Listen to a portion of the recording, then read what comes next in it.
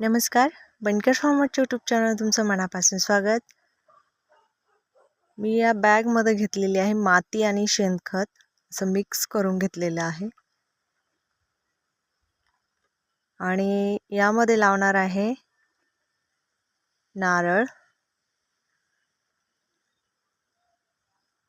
आमची मोठी मोठी नारळाची झाडं आहेत, पण एक झाड पाण्याच्या साईडला असल्यामुळे हा नारळ पाण्यामध्ये पडला होता आणि याला मुळ्या फुटलेल्या आहे.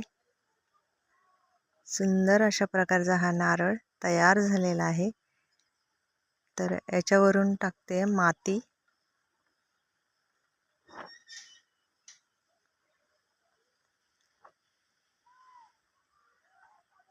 या पद्धतीने हा नारळ मी या बॅगमध्ये लावलेला आहे